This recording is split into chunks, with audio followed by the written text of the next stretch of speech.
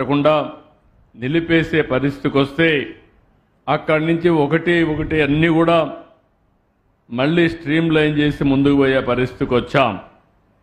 ఇక్కడికి వచ్చినప్పుడు మీరు ఒకసారి చూస్తే 17 నెలల్లో డబ్బులు లేకపోయినా అనేక ఇబ్బందులుంటే అన్ని కూడా నిలదొక్కొని ఈరోజు ఒక్క రోజున 3,192 ఇళ్లు గృహప్రవేశం చేశామంటే అది ఈ ప్రభుత్వం యొక్క పట్టుదల, మీ మీదుండే అభిమానం. ఇవన్నీ కూడా మీరు చూసినప్పుడు రకరకాల స్కీమ్స్ అన్నీ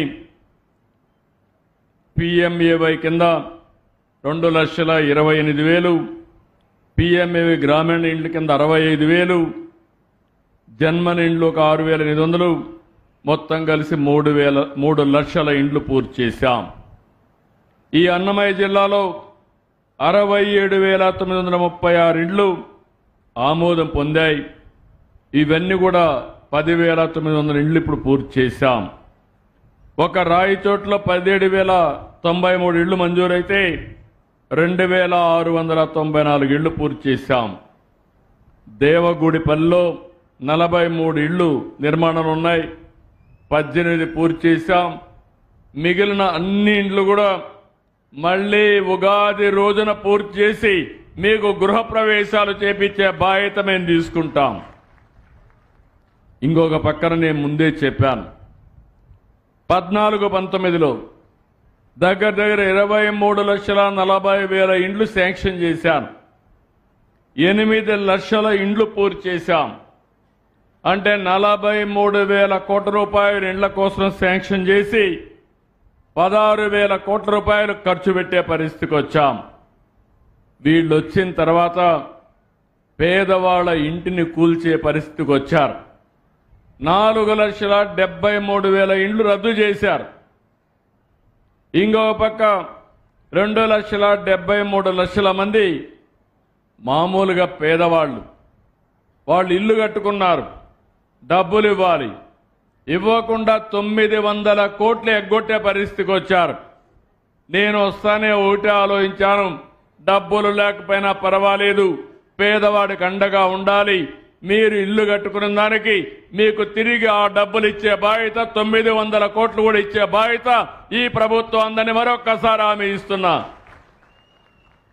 పేదవాళ్ల కష్టాలు తెలిసిన ప్రభుత్వం. ఇల్లు కట్టుకొని అప్పు చేసి ఆ అప్పు కూడా ఇవ్వకపోతే, మనం ఇవ్వాల్సిన వాటా ఇవ్వకపోతే ఆ కుటుంబం అప్పుల ఉబిలో చిక్కకపోయి చాలా సమస్యలు ఫేస్ చేసే పరిస్థితి వస్తుంది.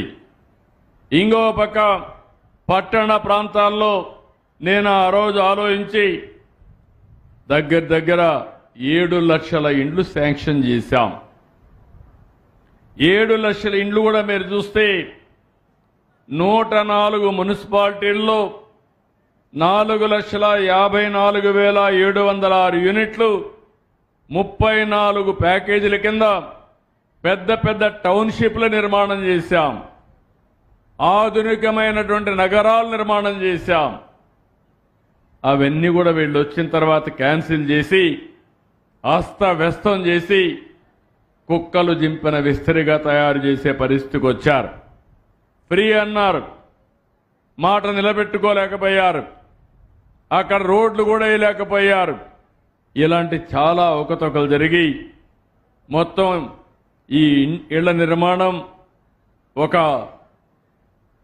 భ్రష్టు పట్టిన వ్యవస్థగా తయారయ్యే పరిస్థితికి వచ్చింది.